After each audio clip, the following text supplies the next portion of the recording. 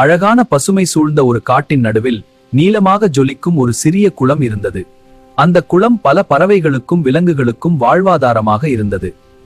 குளத்தின் ஓரத்தில் ஒரு மென்மையான இதயமுள்ள வாத்து தனது 5 மஞ்சள் நிற குட்டிகளுடன் மகிழ்ச்சியாக வாழ்ந்து வந்தது. அந்த வாத்து மிகவும் அன்பான தாய்.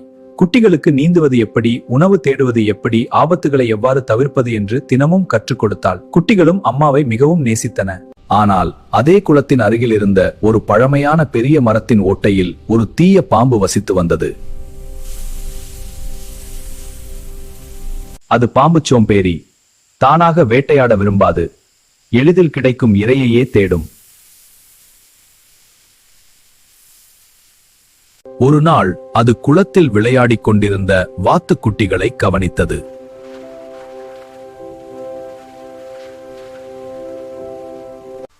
ஆஹா, வாத்து, இவை எனக்கு சுலபமான உணவு.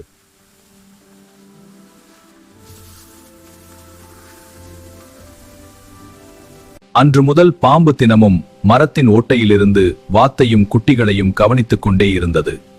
ஒரு நாள் வாய்ப்பு கிடைத்தால் குட்டிகளை பிடிக்க திட்டமிட்டது. ஒரு மாலை வாத்து தனது குட்டிகளுடன் கரைக்கு வந்து ஓய்வெடுத்துக் கொண்டிருந்தது. அப்போது மரத்தின் மேலிருந்து பாம்பு மெதுவாக கீழே இறங்கத் தொடங்கியது. ஆனால் வாத்து அதை கவனித்து விட்டது. வாத்து மிகவும் புத்திசாலி. இந்த பாம்பு நம்மை நோக்கி வருவது நல்லதல்ல என்று உடனே உணர்ந்தது.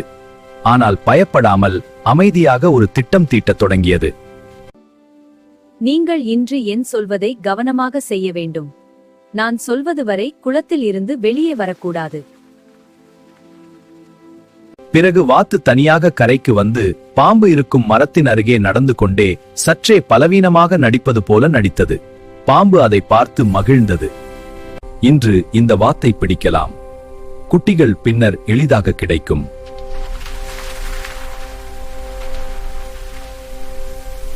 பாம்பு வேகமாக கீழே இறங்கியது.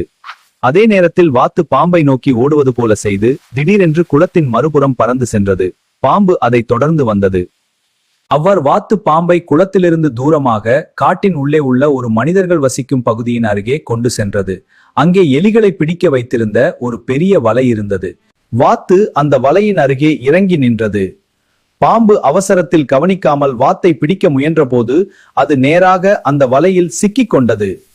பாம்பு மிகவும் போராடியது. ஆனால் வலையிலிருந்து தப்பிக்க முடியவில்லை.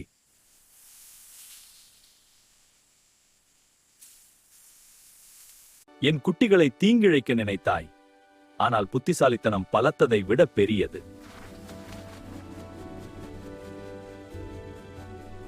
பிறகு வாத்து குளத்துக்கு திரும்பி தனது குட்டிகளை பாதுகாப்பாக அணைத்துக் கொண்டது.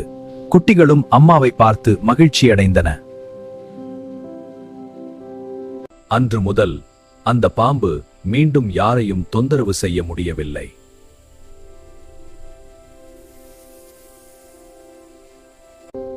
நெறி, புத்திசாலித்தனம் மற்றும் அமைதியான சிந்தனை எந்த ஆபத்தையும் வெல்ல உதவும்.